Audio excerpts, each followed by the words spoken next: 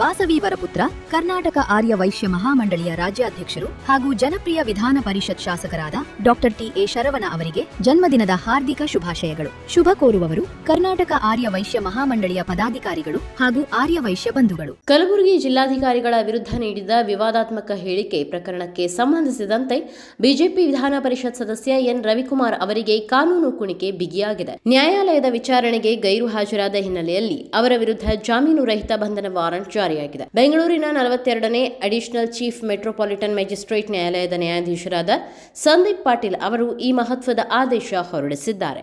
ಕಳೆದ ವರ್ಷ ಕಲಬುರಗಿಯಲ್ಲಿ ನಡೆದಿದ್ದ ಪ್ರತಿಭಟನೆಯೊಂದರಲ್ಲಿ ಜಿಲ್ಲಾಧಿಕಾರಿ ಫೌಜಿಯಾ ತರನ್ನಂ ಅವರ ವಿರುದ್ಧ ಎಂಎಲ್ಸಿ ಎನ್ ರವಿಕುಮಾರ್ ಅವರು ಅವಹೇಳನಕಾರಿ ಹಾಗೂ ಕೋಮು ಪ್ರಚೋದಕ ಹೇಳಿಕೆಗಳನ್ನು ನೀಡಿದ್ದರು ಎಂಬ ಗಂಭೀರ ಆರೋಪವಿತ್ತು. ಈ ಹೇಳಿಕೆಗೆ ಸಂಬಂಧಿಸಿದಂತೆ ಕಲಬುರಗಿಯ ಸ್ಟೇಷನ್ ಬಜಾರ್ ಪೊಲೀಸ್ ಠಾಣೆಯಲ್ಲಿ ಎಫ್ಐಆರ್ ದಾಖಲಾಗಿತ್ತು.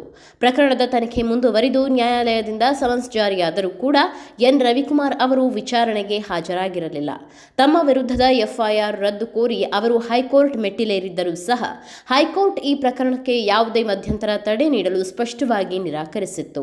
ಉಚ್ಚ ನ್ಯಾಯಾಲಯದಿಂದಲೂ ಯಾವುದೇ ವಿನಾಯಿತಿ ಸಿಗದ ಕಾರಣ ಮತ್ತು ಅಧೀನ ನ್ಯಾಯಾಲಯದ ಸಮನ್ಸ್ ನಿರ್ಲಕ್ಷಿಸಿ ವಿಚಾರಣೆಗೆ ಗೈರು ಹಾಜರಾದ ಕಾರಣ ಇದೀಗ ನ್ಯಾಯಾಲಯವು ಕಠಿಣ ಕ್ರಮಕ್ಕೆ ಮುಂದಾಗಿದೆ.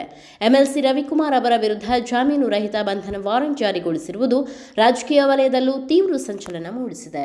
ಎಂಎಲ್ಸಿ ರವಿಕುಮಾರ್ ಅವರ ವಿರುದ್ಧ ಜಾಮೀನು ರಹಿತ ಬಂಧನ ವಾರಂಟ್ ಜಾರಿಗೊಳಿಸಿರುವುದು ರಾಜಕೀಯ ವಲಯದಲ್ಲೂ ತೀವ್ರ ಸಂಚಲನ ಮೂಡಿಸಿದೆ.